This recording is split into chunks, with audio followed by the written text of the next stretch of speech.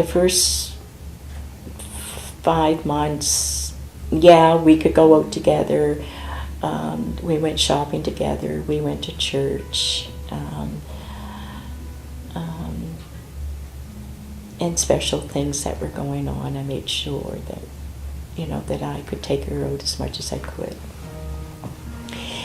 But it got to the point where I couldn't hide Mom's Alzheimer's anymore.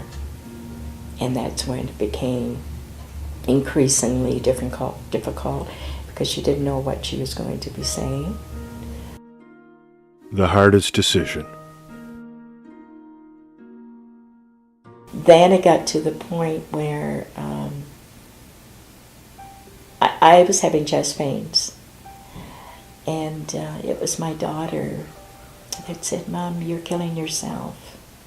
And you're not thinking of Dad and us." I wanted to work it so that everybody was comfortable with this, because it wasn't just my mother. And so anyhow, my brothers came along and recognized that it's perhaps not what they would like to see, but they can understand my position. So I had another brother and my aunt. We went and made the plans that you have to go through and that, and the assessment. They came to the house and did the assessment, and thank God that it was 3 weeks after I submitted the application that she was placed.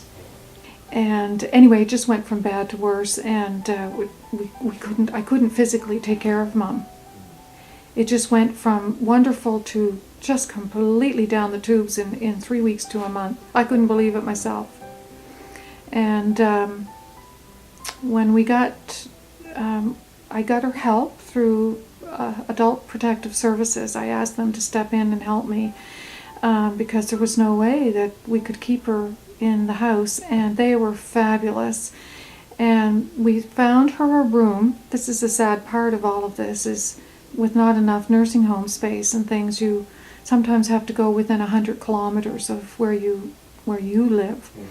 And so they took her in Halifax into the sister nursing home of the one here. The Myra is here. And so she was there from end of August until the beginning of January. And then, so I used to travel in at least twice a week, 2-3 times a week, just to make sure that, and different times, just to make sure that everything was okay, because those lovies that take care of all those people in the nursing homes, they're overworked. And there's so many people in such a small space that you can see how things can go amiss because there's just too many bodies. But so when we moved her back to the Myra, everything was it was great then again. And she was comfortable. It's a little tough on the heartstrings because it still is not as cozy and but I could go up all the time. What my mom had, and even that she was still shown at the Myra, was dignity and love. And even if they can't express it, they can feel it. And I think that's the most important thing about all of this. Saying goodbye. And I got to the point that the doctor was ordering her to go from the nursing home to the hospital every day to be intravenously fed. And she would go over there by ambulance and come back to the nursing home after 8 hours of being at the hospital. And the issue, so I was talking to the doctor one day, and I asked him, I said, is this, my mother's not getting any better. And, she was wasting away. Are you doing this for the sake of us who are living?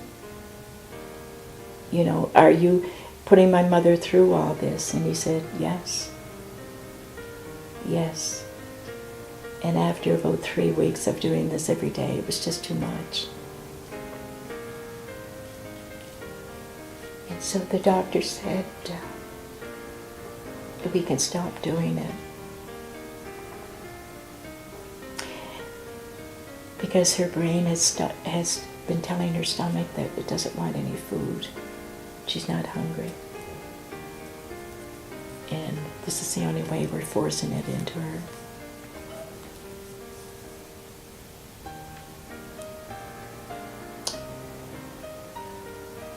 So I had to make that decision. We didn't want Arlen to suffer anymore.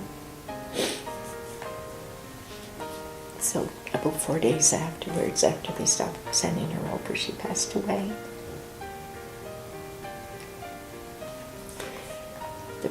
The disease had told her that she was full. She starved to death, literally. She was in that beginning journey of heart failure and that sort of thing, kidneys shutting down, everything's shutting down. I think they all arrived, my sister, her family, my brother and his family, all of us, Sheila. We were all there sort of on and off. I was there the whole time, but on and off from 7:30 in the morning till midnight. And then Mum died about 9 or 9:30 the next day. But I told him, just go. You know, at midnight, just go home, because you don't know how long this will last. And basically, she was pretty well gone by then, you know. And you know, truthfully, truth be known, is I wanted that little bit of last time selfishly by myself. Now, with my husband was there too, but I didn't want there to be a great big commotion, because I'd been with her for the most part by myself.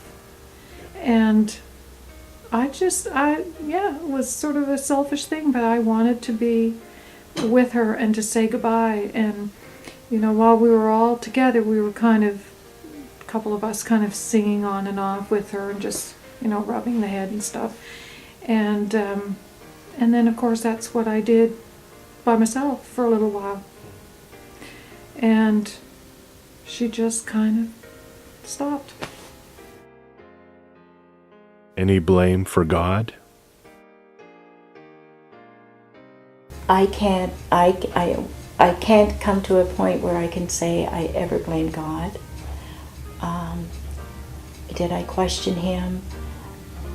No, I didn't question and this may sound insensitive, but I asked him to take her, because let her die with her dignity. And so that was on my lips a lot. Not that I wanted to get rid of her, and not because I was there, but she wouldn't want to, you know, to be that way. And but no, never to blame God. No, I didn't. Honestly, no, because it seems that we have never been a family who said, well, why me? Each one of us, why me? It's just the way the world is, you know, it's the way it is. And it's what comes after that's more important. And really, no. I can't imagine blaming God. I think that would, you know, I can't even imagine that. Neither did my mom.